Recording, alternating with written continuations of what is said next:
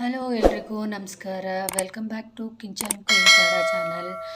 ಇವತ್ತು ನಾನು ಒಂದು ಆರೋಗ್ಯಕರವಾದ ಅಡುಗೆನ ಮಾಡಿ ತೋರಿಸ್ತಾ ಇದ್ದೀನಿ. ಅದು ಏನಂದರೆ ರಾಜಮುಡಿ ಅಕ್ಕಿ ತರಿ ಅಥವಾ ರವೆಯಿಂದ ಮಾಡಿದ ಇಡ್ಲಿ. ಅದಕ್ಕೆ ಬೇಕಾಗಿರೋವಂಥದ್ದು ಅಕ್ಕಿ ತರಿ, ಉದ್ದಿನಬೇಳೆ, ಮೆಂತ್ಯ ಮತ್ತು ಅವಲಕ್ಕಿ.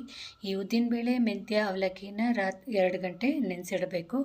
ಮತ್ತು ಅಕ್ಕಿ ತರಿನೂ ಅಷ್ಟೇ ಅದನ್ನು ಅಷ್ಟೇ 2 ಗಂಟೆಗಳ ಕಾಲ ನೆನೆಸಿಡಬೇಕು.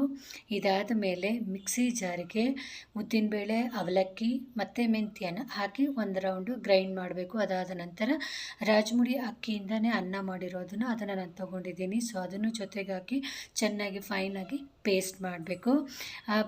ಅದು ಪೇಸ್ಟನ್ನು ನಾವು ಇಡ್ಲಿ ರವೆ ಇರುತ್ತಲ್ವ ಅದರಲ್ಲಿ ಒಂದು ನೀರೆಲ್ಲ ತೆಗೆದುಬಿಟ್ಟು ಆ ರವೆಗೆ ಈ ಒಂದು ಮಿಶ್ರಣ ಹಾಕಿ ಮತ್ತು ಉಪ್ಪು ಹಾಕಿ ಚೆನ್ನಾಗಿ ಕಲಸಿಟ್ಬಿಡಬೇಕು ನೈಟು.